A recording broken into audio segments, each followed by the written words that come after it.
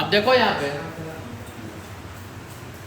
Ads के बारे में हम लोग पढ़ रहे थे लोग, एक्वायर्ड इम्यूनोडेफिशिएंसी सिंड्रोम। ठीक, एड्स में हम लोग क्या देखें, उसका ट्रांसमिशन देखें, उसका हाई रिस्क देखें कि एड्स क्या है। एक HIV वायरस से एड्स होता है जो हमारे बॉडी में इंटर कर जाता है। बहुत सारा प्रोसेस है उसका, आप किसी ट्रांसमिशन का बहुत सारा जरिया था। कहीं कोई ऐसा इन्फेक्टेड पर्सन जिसको एड्स हुआ है उसका यूज किया हुआ सिरिंज या उसका ब्लड, उसका अगर कोई इंजेक्शन से रिलेटेड कोई चीज़ है या उसके साथ अगर सेक्सुअल कांटेक्ट हम लोग रखते हैं तो हम लोग को भी ये चीज़ हो जाएगा। ठीक, ये था मोड ऑफ ट्रांसमिशन। या बच्चा पैदा होकर आ रहा है तो मदर को अगर है तो बच्चों को भी हो जाता है। ठीक, तो ये था एड्स कैसे होता था।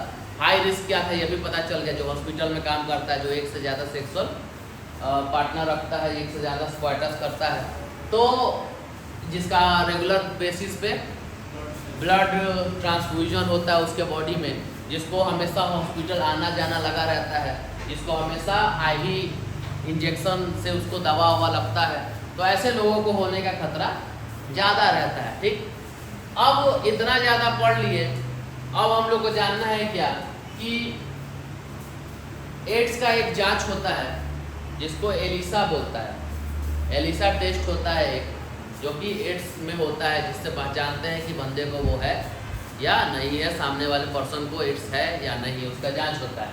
किसी भी ऑपरेशन के वक्त ये जांच होना एकदम तय है। हेपेटाइटिस का और एड्स का ये 2 जांच होता है। जिसका भी ऑपरेशन होना है, सर्जरी होना है, कोई भी काम वर्क करना है डॉक्टर को, तो ये जांच होता है। डॉक्टर देख लेता है पेशेंट को है या नहीं है, तो अगर होता है पेशेंट को तो उस हिसाब से प्रिकॉशंस रखता है, फिर उसका ऑपरेशन किया जाता है कि सामने वाले को वो चीज़ ना हो जो ऑपरेशन उसका करे।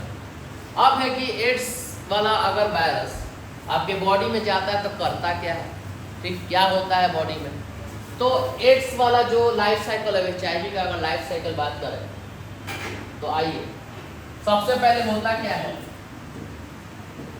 ये है हमारा रेट्रोवायरस।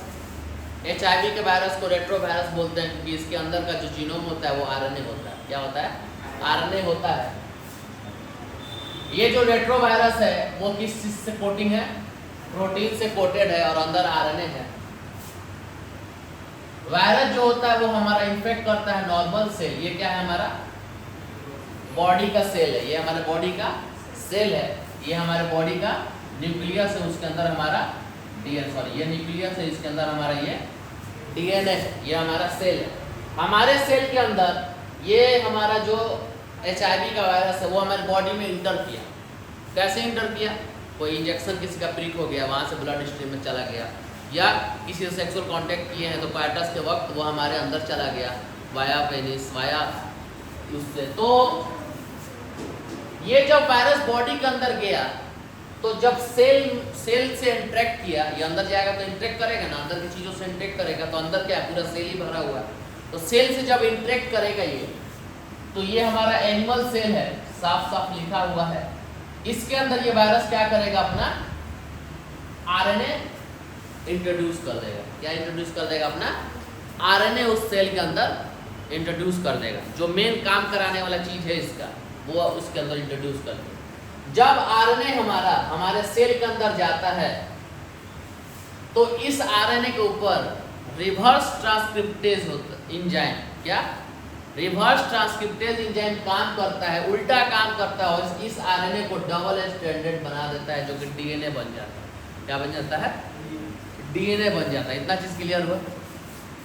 अब जब ये DNA बना तो ये DNA कहाँ जाता है, हमारे न्यूक्लियस के पास जाता है, उसी सेल के न्यूक्लियस के पास जाता है, और न्यूक्लियस में जाके हमारे जो DNA है उसको डिस्टर्ब करता है, और डिस्टर्ब करने के बाद क्या करता है, उस DNA को ऑर्डर देता है ये DNA जाके कि न्यू वायरल RNA बनाओ, जो कि इन्फेक्टेड सेल, जो सेल इन्फेक्ट किया है उससे जो RNA बना, उससे जो DNA बना, वो DNA जाता है हमारे न्यूक्लियस में और वो उसको बोलता है एक नया DNA बनाओ, जो कि इसका वाला था। तो नया DNA बनता है हमारे सेल के अंदर, और वो जो नया DNA है वो क्या बनाता है, एक नया इन्फेक्टेड सेल बनाता है, नया इन्फेक्टेड सेल बनाता है।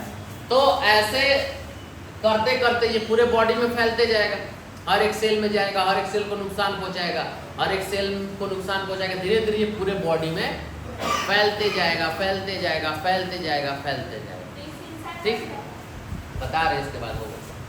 जब ये पूरे बॉडी में फैलते जाएगा तो ये अब क्या करेगा, तो जब ये वायरस पार्टिकल पूरे बॉडी में ऐसे फैल गया तो ये किसको जाके नुकसान पहुंचाएगा, सबसे पहले हमारे हेल्पर टी सेल को या टी लिम्फोसाइट्स को।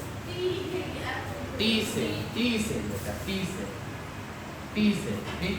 Helper T cell, T lymphocytes क्या है, ये वही टी लिम्फोसाइट्स है जो अगर बॉडी में कोई पैथोजन एंट्री करता है, तो कोई भी नुकसान पहुंचाने वाला पैथोजन एंट्री करता है तो ये टी लिम्फोसाइट उसको जाके पहचानता है, ये मेमोरी रखता है कि ये पहले आया था कि नहीं आया था।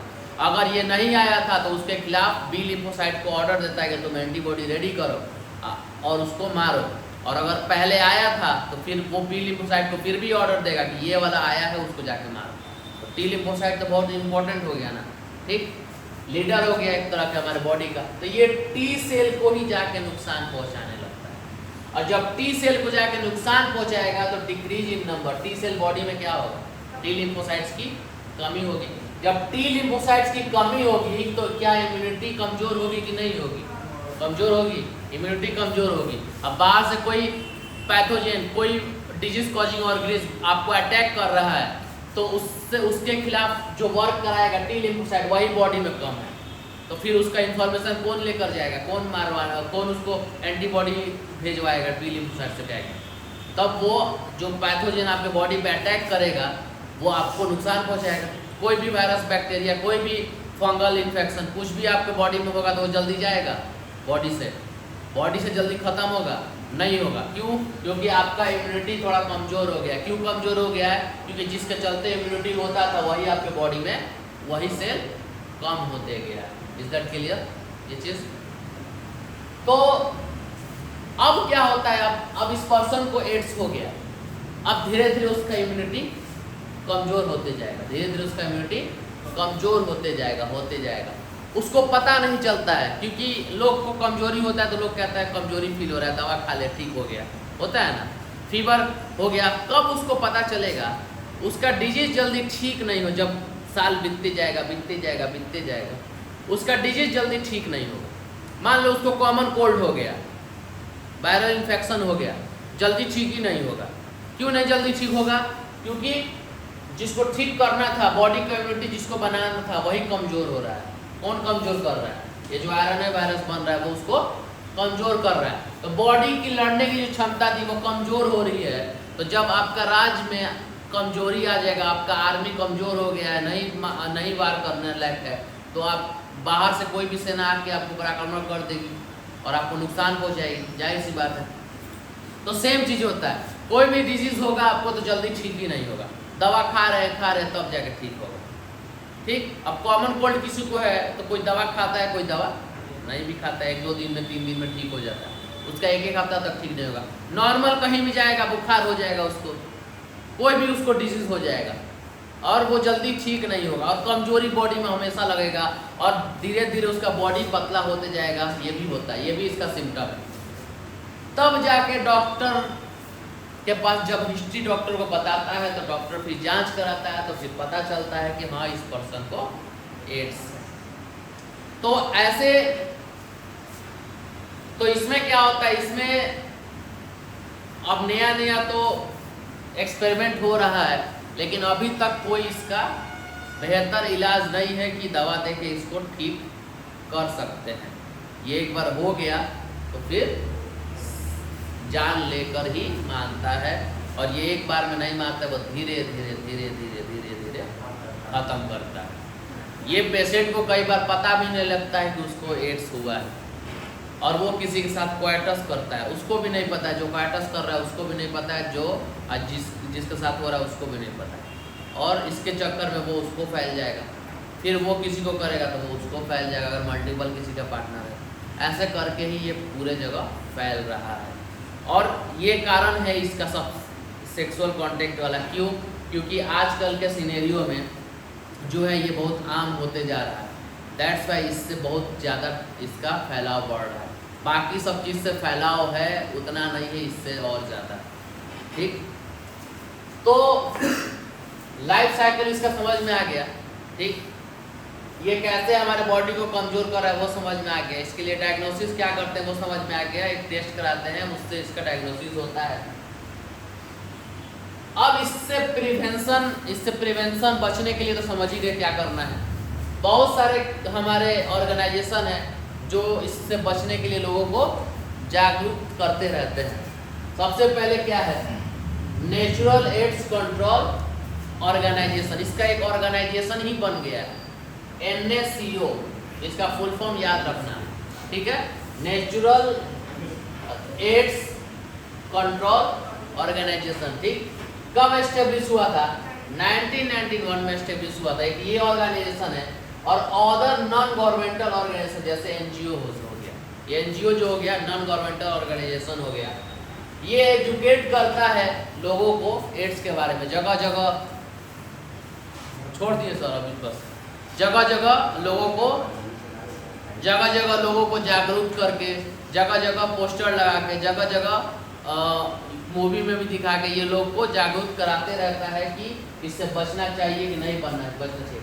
जो WHO है, वर्ल्ड हेल्थ ऑर्गेनाइजेशन है, वो बहुत सारे प्रोग्राम स्टार्ट किया इससे बचने के लिए, HIV इन्फेक्शन से। क्या क्या है? तो सबसे पहला making blood from blood bank safe from HIV। बोल रहा है हमेशा ब्लड बैंक से लीजिए, वो HIV से सेफ रहता है क्योंकि वो टेस्ट करके उस ब्लड को रखा जाता है कि उसमें कोई इन्फेक्शन नहीं है, इसलिए हमेशा ब्लड बैंक से ही ब्लड लीजिए। Ensuring the use of only disposable needle and syringe, हमेशा नया नीडल और सिरिंज का यूज कीजिए आप, कि उसको फाड़ के ही यूज कीजिए, कहीं से उठा के कोई आपके अंदर ना लगा दे गलती से भी, कि किसी पेशेंट का लगा दे, एकदम नहीं, नया लगाइए हमेशा, भले 5 रुपये ज़्यादा लगे लेकिन नया पैकेट से निकला हुआ हो। Free distribution of condoms. ठीक, तो ये जो कंडम्स है हमारा, ये प्रिवेंशन से बचाता है। अगर इसको यूज करके क्वाइटस करते हैं तो मेल को, अगर फीमेल को है तो मेल को नहीं होगा, और मेल को है तो फीमेल कंडम लगाएगी तो फीमेल को भी नहीं होगा। तो ये सबसे मेन बचाने का तरीका सेक्सुअल कॉन्टैक्ट का यही है, इसका यूज करने से ये बचाता है। ठीक, ये बीमारी होने से। Controlling drug abuse. ठीक, ज़्यादा जो भी दवा लोग खाता है उसको कंट्रोल करना। ठीक, उतना लोग ना खाए तो फिर उसका प्रिवेंशन रखें। Advocating safe sex and promoting regular checkup, और लोगों को सेफ सेक्स के बारे में बताइए कि सेफ सेक्स कैसे करेंगे। किसी अननोन इन्फेक्टेड पर्सन की अननोन इंसान से कर रहे हैं, पता नहीं, तो कैसे सेफ सेक्स करेंगे। रेगुलर चेकअप भी कराते रहना चाहिए बॉडी का, जिससे पता चले कि बॉडी में कोई इन्फेक्शन है या नहीं है। ठीक, तो इन सब चीज़ों से, इस बीमारी से हम लोग बच सकते हैं। ठीक, क्लियर।